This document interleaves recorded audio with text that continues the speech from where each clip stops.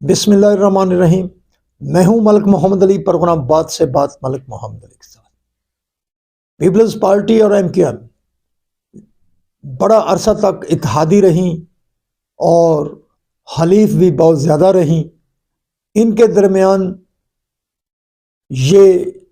آنکھ مچولی ہمیشہ چلتی رہی۔ اب بھی گزشتہ 8 ماہ سے ایم کیو ایم اور پیپلز پارٹی کے درمیان شدید تناؤ تھا، بلکہ بلدیاتی الیکشن کے بعد کراچی میں جو ہوئے اس میں تو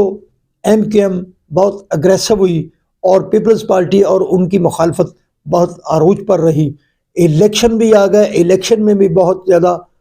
معاملات گڑبڑ رہے، بلکہ جب ایم کیو ایم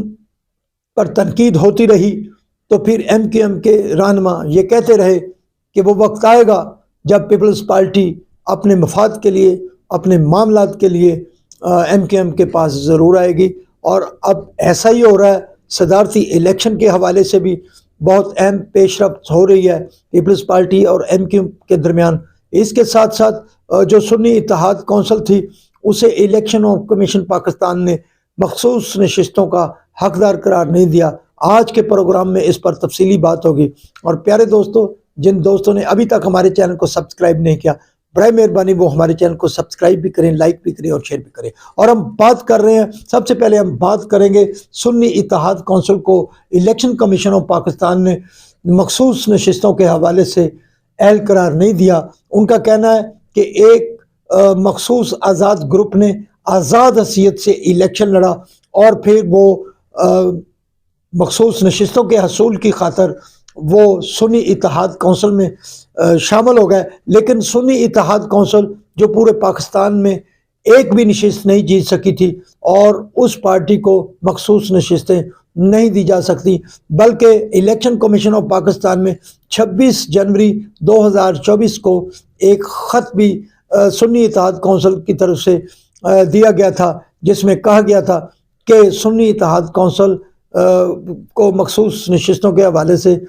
کوئی نشست نہیں چاہیے، چونکہ نہ تو انہوں نے کوئی الیکشن کمیشن آف پاکستان میں کوئی فہرست جمع کروائی تھی، جیسے کہ الیکشن لڑنے والے دیگر امیدواران اپنے کاغذات نامزدگی داخل کراتے ہیں، تو اسی تناظر میں جو سیاسی جماعتیں ہوتی ہیں، جو ان کی مخصوص نشستیں ہوتی ہیں، وہ اس حوالے میں وہ اپنی priority list election commission of Pakistan میں جمع کرواتے ہیں، اور وہ مخصوص نشستیں جس تناظر سے سیاسی جماعتیں نشستیں حاصل کرتی ہیں، اس تناظر سے وہ نشستیں ان سیاسی جماعتوں میں تقسیم کر دی جاتی ہیں۔ لیکن ایز سچ اس وقت سنی اتحاد کونسل کی طرف سے نہ تو ایسی کوئی فہرستیں جمع کروائی گئی تھی، نہ ہی وہ اس میں شامل تھے، بلکہ 26 جنوری 2024 کا ان کا خط بھی ان کے راستے کی ایک بڑی رکاوٹ بنا۔ بہرحال وہ فیصلہ ہو چکا ہے۔ اب الیکشن کمیشن آف پاکستان کے جو 5 رکنی مکمل پینل تھا، اس میں سے 4 رکنی بینچ نے کہا ہے کہ یہ نشستیں دیگر سیاسی جماعتوں میں تقسیم کی جائیں، جبکہ ایک رکن نے، جو پنجاب کے رکن تھے، انہوں نے اس سے اختلاف کیا۔ انہوں نے کہا کہ یہ نشستیں کسی کو بھی نہ الاٹ کی جائیں۔ بہرحال نشستیں الاٹ نہ کرنے کا الیکشن کمیشن آف پاکستان کا یہ فیصلہ مکمل تھا۔ اب تحریک انصاف کی طرف سے کہا جا رہا ہے کہ الیکشن کمیشن آف پاکستان نے ان کے ساتھ زیادتی کی ہے، بلکہ تحریک انصاف کی طرف سے تو یہ کہا گیا کہ election commission of Pakistan 1 minute بھی اپنی سیٹ پر برجمان نہ رہے، بلکہ وہ استعفیٰ دے کر گھر جائیں۔ انہوں نے انصاف نہیں کیا، بلکہ ان کا کہنا ہے کہ وہ اس سلسلے میں عدالت سے رجوع کریں گے۔ اور دوسری طرف بات کر رہے ہیں M Q M Peoples Party کے دوران جو تناؤ تھا، ایم کیو ایم کہتی تھی کہ ایک وقت آئے گا کہ پیپلز پارٹی ان کے پاس چل کر آئے گی، اور اب ایسا ہی ہوا ہے کہ صدر کے الیکشن کے حوالے سے آصف علی زرداری چونکہ اتحادی جماعتوں کے طرف سے صدارتی امیدوار نامزد ہو چکے ہیں، اور اس سلسلے میں پیپلز پارٹی کے رہنماؤں کے ساتھ ساتھ مسلم لیگ نون کی قیادت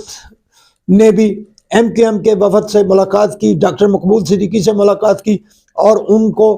پیغام پہنچایا گیا صدر آصف علی زرداری کا کہ آنے والے الیکشن جو 9 مارچ کو ہو رہے ہیں، ایم کیو ایم صدر پاکستان کے امیدوار آصف علی زرداری کو سپورٹ کرے، تاہم ڈاکٹر خالد مقبول صدیقی جو MQM کے سربراہ ہیں، انہوں نے وعدہ کیا ہے کہ وہ اتحادی جماعتوں کی آمد کو خوش آئند کہتے ہیں، لیکن اس حوالے سے جو MQM کی رابطہ کونسل ہے اس میں یہ تجویز رکھی جائے گی، MQM کی رابطہ کونسل یہ فیصلہ کرے گی کیا آیا صدر کے الیکشن کے میں آصف علی زرداری کو ووٹ دینا ہے یا نہیں دینا، لیکن انہوں نے یہ اشارہ ضرور کیا ہے کہ MQM جمہوری قوتوں کے ساتھ ہے، وہ اس بارے میں کوئی فیصلہ کرے گی۔ دوسری طرف آصف علی زرداری کی طرف سے بھی جو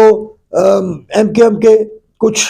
ارکان اسمبلی تھے ان سے ان کی براہ راست ملاقات ہوئی ہے اور انہوں نے بھی ان سے یہی درخواست کی ہے کہ MQM پاکستان صدر کے الیکشن میں انہیں ووٹ کاسٹ کرے۔ بہرحال ایسا